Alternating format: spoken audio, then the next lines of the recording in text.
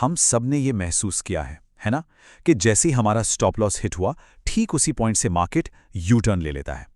ये कोई इत्तेफाक नहीं है। आज हम मार्केट के उस छुपे हुए इंजन को समझने वाले हैं जो इन सभी मूवमेंट्स के पीछे की असली वजह है। चलिए, आज की बात इसी एक लाइन से शुरू करते हैं। ये लाइन ट्रेडिंग की दुनिया के कई पुराने नियमों को चैलेंज करती है। देखिए, ज्यादातर लोग चार्ट्स पर हेड एंड शोल्डर्स और डबल टॉप जैसे पैटर्न ढूंढते रहते हैं, लेकिन जो असली खेल है वो तो कहीं और ही चल रहा होता है।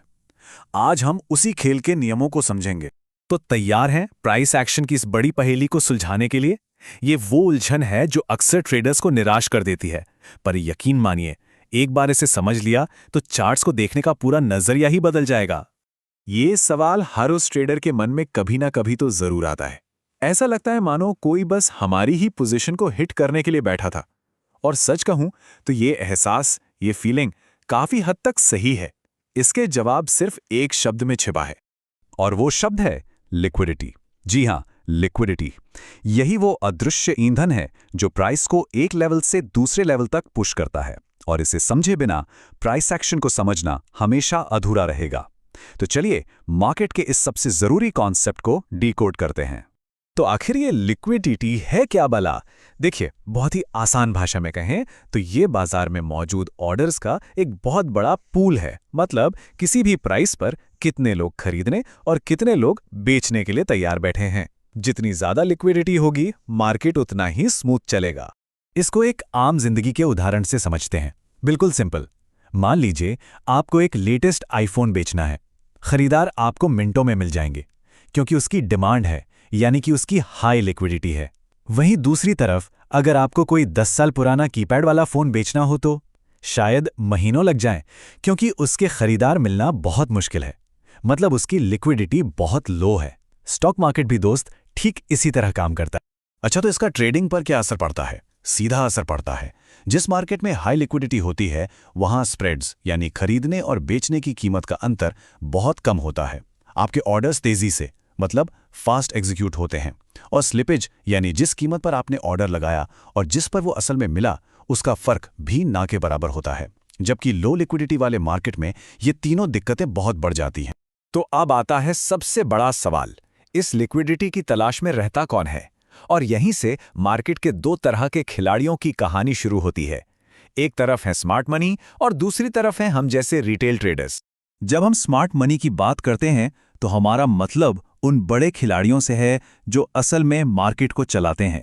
ये होते हैं बड़े बड़े इंस्टीट्यूशनल इन्वेस्टर्स, बैंक्स और बड़े बड़े फंड्स जो अरबों खरबों का कैपिटल मैनेज करते हैं। ये सवाल एकदम वाजिब है कि भाई, अगर किसी के पास हजारों करोड़ रुपए हैं तो उसे किसी के कुछ हजार या लाख के ऑर्डर से क्या फर्क पड़ेगा? यहीं पर मार्केट का सबसे बड़ा सीक्रेट छिपा है, और इसका जवाब उनकी सबसे बड़ी मजबूरी में है। जरा सोचिए, अगर किसी बड़े फंड को 1000 करोड़ के शेयर्स खरीदने हैं और वो एक साथ अपना पूरा ऑर्डर मार्केट में डाल दें तो क्या होगा? प्राइस तो सीधे आसमान छू जाएगा और उन्हें खुद का ही नुकसान हो जाएगा। इसीलिए अपने इतने बड़े ऑर्डर को भरने के लिए उन्हें सामने से उतने ही सेल ऑर्डर्स चाहिए होते हैं, वो भी इस तरह कि प्राइस में ज्यादा हलचल ना हो। और ये सेल ऑर्डर्स उन्हें कहाँ मिलते हैं? तो अब हम उस पॉइंट पर आ गए हैं जहां सारी कड़ियां जुड़ेंगी। ये मार्केट की वो कड़वी सच्चाई है जिसे समझने के बाद आप स्टॉप लॉस को पहले की तरह कभी नहीं देख पाएंगे। चलिए, इस ग्रेट स्टॉप लॉस हंट के पीछे की कहानी को पर्दाफाश करते हैं। जी हां, यही है वो कड़वी सच्चाई। एक रिटेल ट्रेडर का stop loss order smart money के लिए एक सुनहरा मौका होता है। जब भी किसी का सेल स्टॉप लॉस हिट होता है तो उसका एक सेल ऑर्डर मार्केट में चला जाता है, और स्मार्ट मनी बस इसी सेल ऑर्डर का इंतजार कर रही होती है ताकि वो अपने बड़े बड़े बाय ऑर्डर को चुपचाप बिना किसी को बताए भर सके। ये पूरा खेल कुछ इस तरह से खेला जाता है। स्टेप 1, हम जैसे रिटेल ट्रेडर्स सपोर्ट और रेजिस्टेंस जैसी बिल्कुल साफ दिखने वाली जगहों पर अपने स्टॉप लॉसेस लगाते हैं।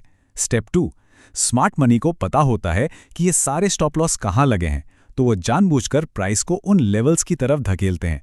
स्टेप 3, जैसे ही प्राइस वहां पहुंचता है, स्टॉप लॉस की झड़ी लग जाती है, जिससे मार्केट में ऑर्डर्स की बाढ़ आ जाती है। स्टेप 4, स्मार्ट मनी इसी बाढ़ का फायदा उठाकर अपने बड़े ऑर्डर्स भर लेती है। और स्टेप 5, जैसे ही उनका काम पूरा होता है, बूम, मार्केट वापस अपनी असली दिशा में घूम जाता है। तो मार्केट में लिक्विडिटी मुख्य रूप से दो जगहों पर जमा होती है।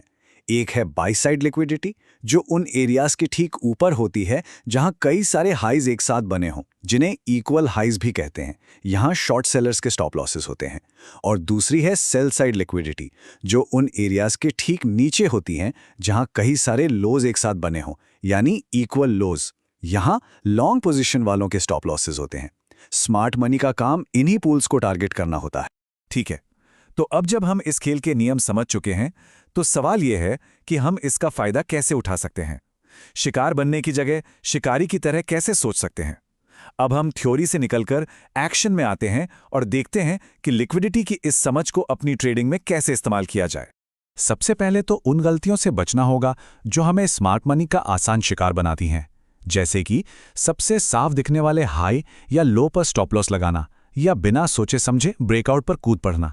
और हाँ, मार्केट को मैनिपुलेटेड कहकर कोसने से बेहतर है कि हम उसके काम करने के तरीके को ही सीख लें। तो फिर बेहतर रणनीति क्या हो सकती है? स्मार्ट मनी की तरह सोचें। पहले लिक्विडिटी ग्रैब या स्टॉप हंट होने दें, इंतजार करें।